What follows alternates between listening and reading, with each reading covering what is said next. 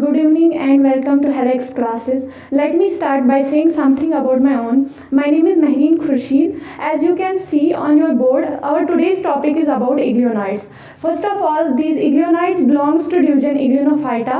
Previously जो ये Iglioneids है इनको रखा गया था प्लांट किंगडम में क्योंकि इनमें फोटोसिंथेटिक एक्टिविटीज़ होती थी, उस वजह से इनको प्लांट किंगडम में रखा गया। उसके बाद जब देखा गया एक तो इनमें सेल वॉल एब्सेंट था और ये एनिमल लाइक न्यूट्रिशन करते थे, उस वजह से कुछ साइंटिस्ट्स ने इनको रखा किंगडम एनिमेलिया में। But now according to 5 kingdom system of classification इनको इंक्लूड किया गया किंगडम प्रोटिस्टा में। जो ये इलियोनाइड्स होते हैं ये फ्री लिविंग ऑर्गेनिजम्स होते हैं जो हमें फ्रेश वाटर में मिलते हैं। उसके अलावा फ्रेश वाटर में मिलने के अलावा हमें ये मिलते हैं ब्रैकिश वाटर में।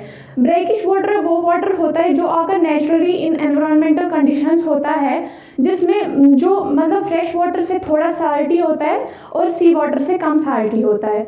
उसके बाद जो ये इलियोनाइड्स है ये होते हैं फोटोसिंथेटिक जब इन प्रेजेंस ऑफ सनलाइट ये उस टाइम मतलब कि दे बिहेव लाइक ऑटोट्रॉफ्स। जब इन पे सनलाइट पड़ती है उस टाइम ये ऑटोट्रॉफ्स बिहेव करते हैं, लेकिन जब सनलाइट की कमी होती है उस टाइम ये हेटेरोट्रॉफ बिहेव करते हैं।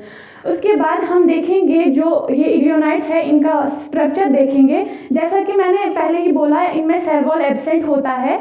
उसके बाद ये सराउंड होते हैं सेल मेम्ब्रेन से। जो ये इलियोनाइड्स है ये इनका जो पेलिकल होता है वो बना होता है प्रोटीन्स का। जो इनका पेलिकल होता है वो प्रोटीन्स का बना होता है। उसके बाद जो ये इलियोनाइड्स होता है इनके एंटीरियर एंड पे एक कैविटी प्रेजेंट होती है जिसको हम रिजर्वायर बोलते हैं। जो ये है रिजर्वायर, इसको हम रिजर्वायर बोलते हैं। और इस रिजर्वायर से 2 फ्लैजला निकलते हैं, एक तो फंक्शनल होता है दूसरा नॉन फंक्शनल फ्लैजला होता है। इस रिजर्वायर की बेस से 2 फ्लैजला निकलते हैं, एक फंक्शनल फ्लैजला होता है दूसरा नॉन फंक्शनल फ्लैजला होता है। और उसके अलावा इसमें एक आई स्पॉट भी प्रेजेंट होता है। आई स्पॉट के साथ इसमें एक कॉन्ट्रैक्टाइल वैक्यूल प्रेजेंट होता है। जो ये कॉन्ट्रैक्टाइल वैक्यूल है उसको हम जो ऑस्मो रेगुलेशन करता है, ऑस्मो रेगुलेशन होता है वो मेंटेन रखता है वाटर और साल्ट कंसंट्रेशन ऑर्गेनिज्म की बॉडी में। उसके बाद जो ये इग्लियोनॉइड्स होते हैं इनमें क्लोरोप्लास्ट प्रेजेंट होता है। जो ये क्लोरोप्लास्ट पिगमेंट्स है ये रिस्पॉन्सिबल होते हैं फोटोसिंथेसिस के लिए। और पिगमेंट्स होते हैं क्लोरोप्लास्ट पिगमेंट्स जो होते हैं उसमें क्लोरोफिल ए होता है, क्लोरोफिल बी होता है और जेंथोफिल होता है। इस जेंथोफिल को हम दूसरा नाम जेंथिन भी देते हैं। जो ये पिगमेंट्स होते हैं ये आइडेंटिकल होते हैं हायर प्लांट्स के लिए।